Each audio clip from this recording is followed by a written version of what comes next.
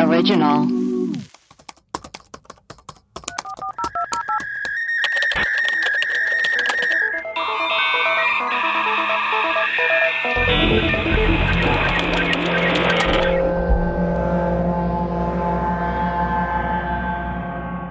Hello, and welcome to the Friday mini episode of Web Crawlers, the Friday mini-sode, webisode. What? So today, am I okay? Okay. Hello, and welcome to the Friday mini episode of Web Crawlers. Today we have some voicemails and messages to play, you guys, and then some quarantine recommendations. Malicious, should we start with the voicemails? Yes. Here is the first one.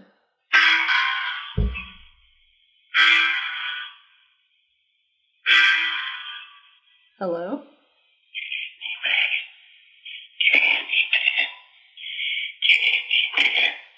He's coming for you. Melissa, producer Maria.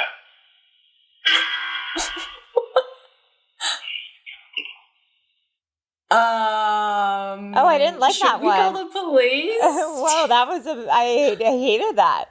It's the Candyman. Oh my God, scary. Jesus Christ. Okay, here's another one. Hey, this is for Allie and Melissa. Hey, this is Moses, and I just saw Allie tweet where she said, "I am so tired, I might die, thanks."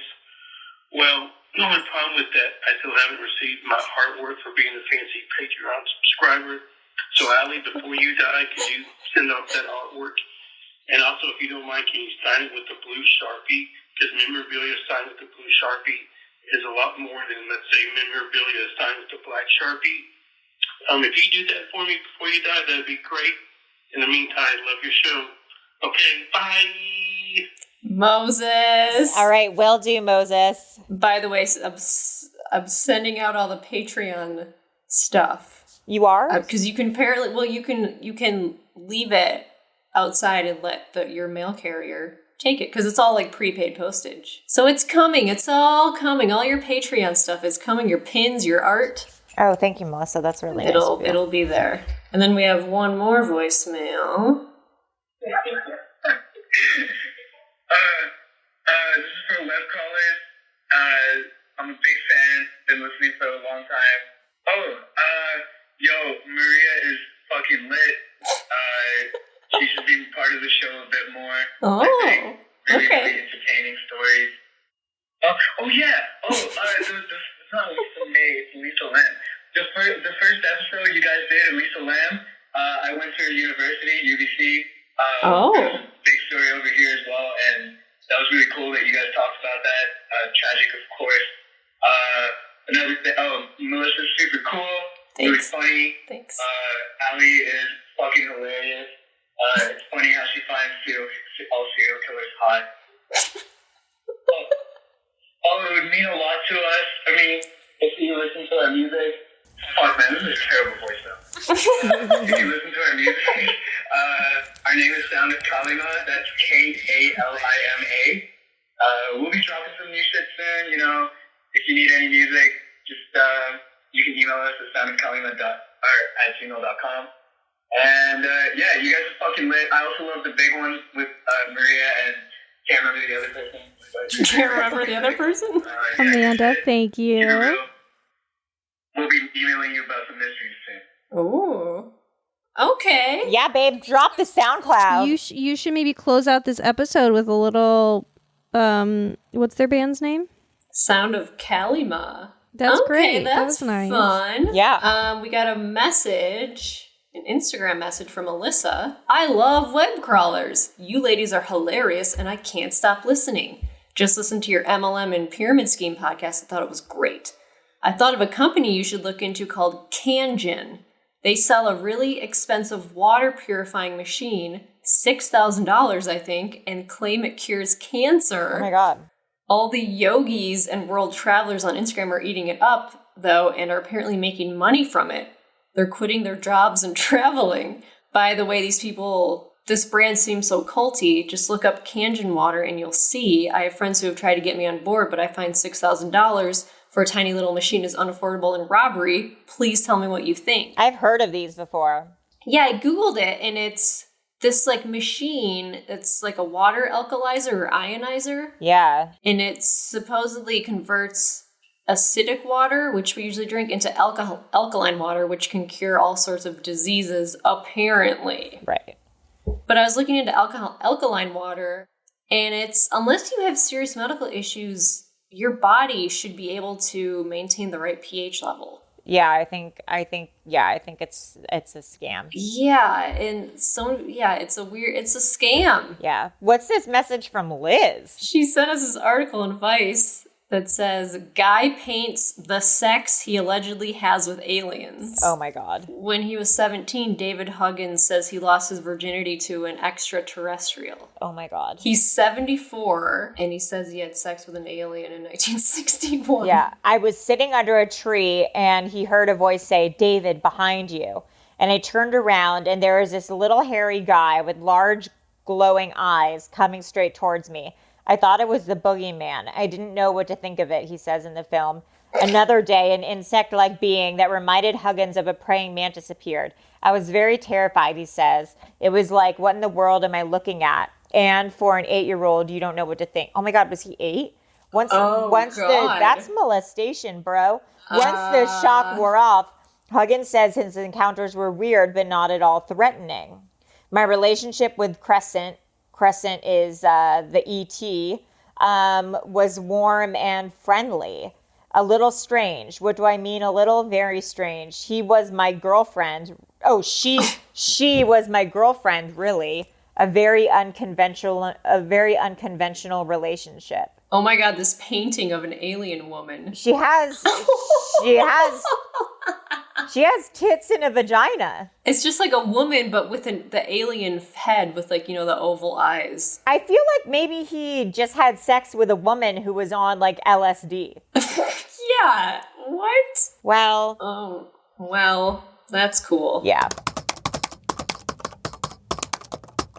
Melissa, what are some of your quarantine recommendations? So there's this new docuseries on Netflix called How to Fix a Drug Scandal. Okay. Have you seen it? I have not. It's about these two chemists in Massachusetts. They were in charge of, like, going to trial and saying, like, oh, this is actually cocaine, this is actually meth. Like, they test the drugs and they, like, categorize them all and organize everything. But one of them was using all of the drugs. Oh my God, sick. Over 10 years. Like, she would take a little piece off the drugs and replace it, and which is fascinating to me because she kept her job for 10 years while she was, like, addicted to. Whoa. She started off doing coke, then she did meth, and then she was smoking crack like Holy 12 times a day. Then there was this other woman who falsified all these reports. Like, she would, just to get everything done, she'd be like, oh yeah, that's cocaine, that's this weighs this much. She would just not, she wasn't very detailed about anything. She went to jail for, like, falsifying all of these documents. Yeah. So many people were put in jail. Like, hundreds of people were put in jail because of both of their testimony, like their jobs. And so a lot of these cases got overturned. Craig! What happened? He was just picking up Piggles. Piggles. You flying through the space? She's flying through the air. Oh, look, Asher. Asher's flying. Aww. The pets of web crawlers. The pets. So this, it's a really good documentary. It's really fucked up and it's really crazy. And the woman who was on drugs is, like, in it and talks about how she was stealing these drugs. And it's pretty fascinating. I started watching this show. It's a little silly. You can watch it on Hulu, but it's called Motherland Fort Salem. And it's about, like, sometime in the future, or maybe it's now, but where witches have to serve in the army. What? Wait, that sounds amazing. What's it called? Motherland Salem? Motherland Fort Salem. So like there's like the Navy and then like the Army and then there's like Motherland Fort Salem. And there's like a whole part of like our war system that's just witches. That sounds amazing. You know, really during good. World War II, they had a whole magician. They had a whole bunch of magicians working together to try and like work on stuff to trick the Nazis. Excuse me, are you like Yeah. bunny out of a hat? Really? Yeah, like how they could use trickery to help Right. the war effort. That's so sick. We need to do a mini episode on that. That's pretty awesome. Yeah, so this is it's like this. That's pretty much what Motherland Fort Salem is. It's really good. Yeah, it's really great. That's awesome. I'm also watching Debs. I Are you hate guys Debs. watching I Debs? really You hate Debs? I liked it at first, and then I was just like, this isn't going anywhere. It's on Hulu, and it's this girl whose boyfriend gets... By the way, you've already recommended this, but it's okay. Have I? Yeah, but it's okay if you recommend it every week. I have no recollection of talking about this. I think it's cool if you recommend it each week. It's good. Oh my god, I started watching Cheers. Oh, really? I tried to start watching X-Files from the pilot again, and then I kind of zonked out, but I should do that too. Cheers is legit funny. Like, I watch Seinfeld every night. That's just, like, it's on at 11 every night. Yeah. And I can watch them over and over again. And Cheers, I'm almost through the first season, and it is legit hilarious. It is funny. Ted Danson, hot as hell. Young Ted Danson. Ha ha ha ha. Hot as hell. And it's like, I laugh out loud at these jokes. Like, there's still, I mean, a lot of them are like, there's some misogyny in there for sure, because it's, you know, the 80s or whatever. But it's really funny. Rhea Perlman is in it, and Shelley Long is in it, and oh, it's so good. Well, that's great. Anyways, this is a short mini-sode. Next week it will be so long and everyone's going to love it. Melissa, where could people find us online? You can email us at webcrawlerspod@gmail.com. We're on Twitter and Instagram, webcrawlerspod. We're on Facebook and Reddit. Send us your emails. Send us your weird stuff. Send us anything. Honestly, send us anything. Honestly, anything. And then call us. Leave us voicemails. I'll insert the jingle here. 626-604-6262. Yeah, we got nothing else to do, so just keep in constant contact with us, basically. We got nothing else to do. Yep. Anyways, I'm Allie Siegel. I'm Melissa Stettin. Me, Maria Puckwudgie. Oh, the Fuckwudgie. Puckwudgie came out to say Bye. Bye.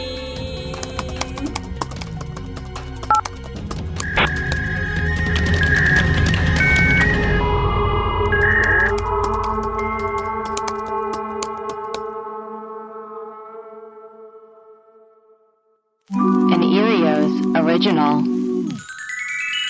Powered by Acast.